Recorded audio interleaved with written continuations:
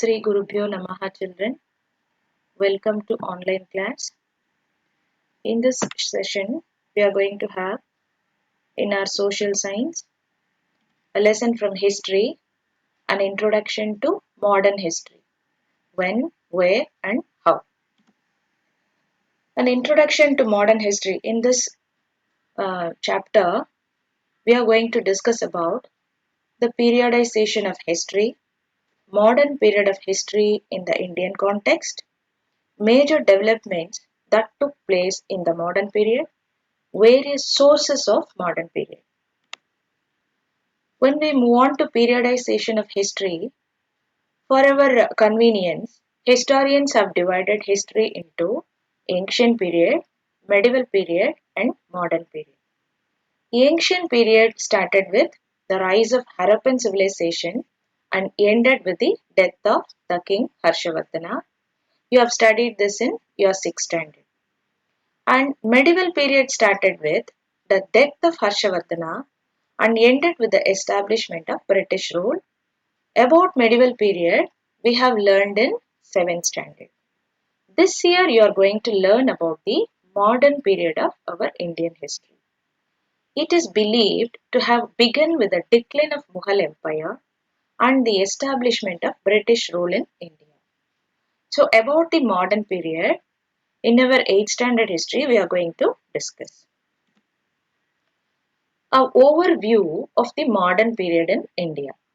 See, the rule of Aurangzeb marked the beginning of the decline of Mughal rule in India. By the beginning of the 18th century, several independent regional kingdoms had come. That is, after the death of the great Mughal king Aurangzeb, his empire was divided into independent regional kingdoms because the successors of Aurangzeb were not that much efficient to rule the great empire of Aurangzeb. So there was a political instability and the empire was divided into regional kingdoms. But the regional kings were not united among themselves. There were a rivalry between them and they fought with each other for showing the supremacy over the other. They wanted to conquer the neighboring kingdoms and attach with their kingdom. So these regional rulers were engaged in a constant scramble for power among themselves. During that time, Europeans like the Portuguese, the Dutch, the British, and the French came to India as traders. So these people entered India to trade in our country. But slowly, using these political instability among the regional kingdoms, they tried to establish colonies in India. So there was a fierce competition between the Dutch, the French, and the British over the flourishing trade in the subcontinent. So they had a trade wars between them to have a monopoly in the Indian market. Finally, British came out of victorious. So after that, for the next 200 years, British ruled over the most of the Indian subcontinent. India was a colony of the British Empire for most of the modern period. This period is known as colonial period. What is colonialism? The practice of one country politically controlling and governing another country. That is, people from some other country come and settle in a particular country and started to control them economically, started to exploit themselves, exploiting the people in the country which they have colonized. India was a colony of the British Empire for most of the modern period. For this reason, this period is known as colonial period. For example, colonialism is the practice of one country politically controlling and governing another country. That is, people from the colonizing country usually settle in the colonized country and exploit it for economic gain. When Great Britain colonized North America, Australia, and India, people from Britain settled in these lands and exploited these countries economically. Okay, so in this 8th standard history, we will study about how the decline of Mughal Empire and the rivalry between the rulers helped the British gain a foothold in India, about the way in which the British came to power, about the impact of their rule on the economy, society, and culture of India, about the independence movement, and about the partition of colonial India into India and Pakistan.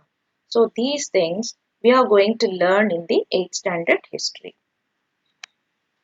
And when we move on to study about modern India, we have various sources to learn about modern India. Actually, when we study about the ancient period, modern period, and medieval period, we come to know about the each period differ. That is these broad divisions mark how the society, economy, culture, and politics of the period differed from each period. So, in modern period, we are going to study about the happenings in India during the modern period. For that, these sources help us to understand properly about the modern India. There are literary sources and archaeological sources. Literary sources, under it we have biography, autobiography, newspapers, letters, charters.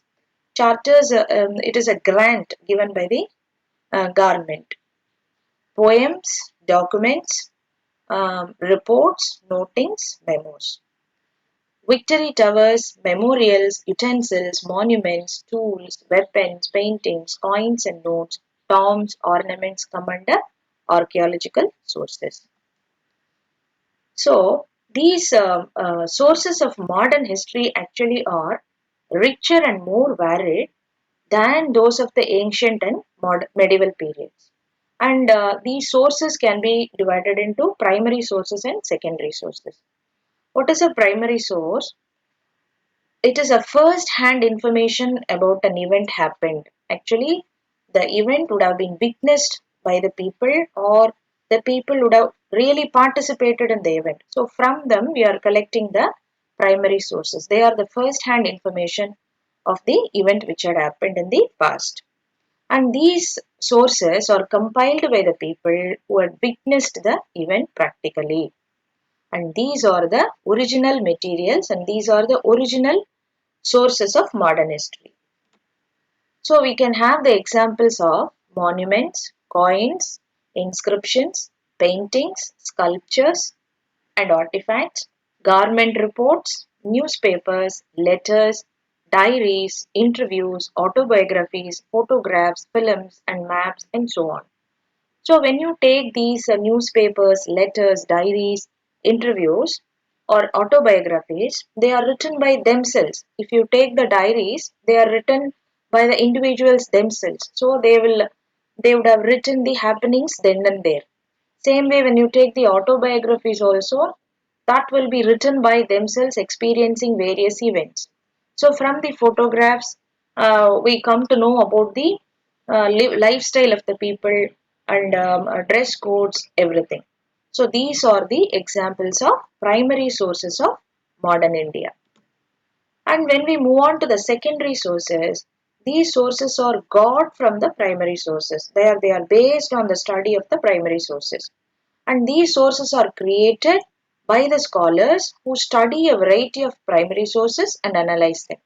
For example, we can take our textbook is our, you can take as an example for a secondary source. Textbook is a secondary source. And even your dictionary, atlas, or map books, or even the articles which are published in the newspapers, book reviews, story reviews, these are all the examples of secondary sources for your understanding. Okay.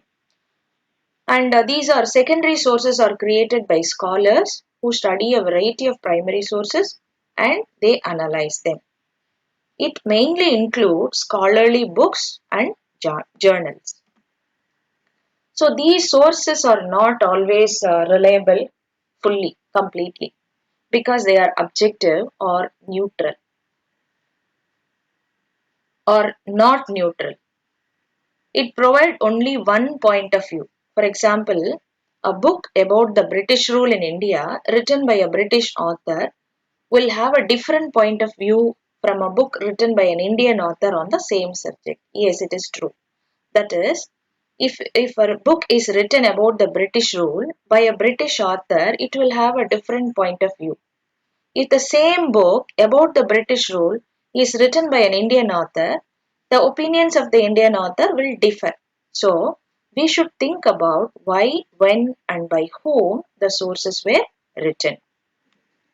And the important sources of the modern period of Indian history are colonial surveys, official records of the British government, literature, newspapers and periodicals, photographs and films. So, about all these sources, we will see in the next class, children.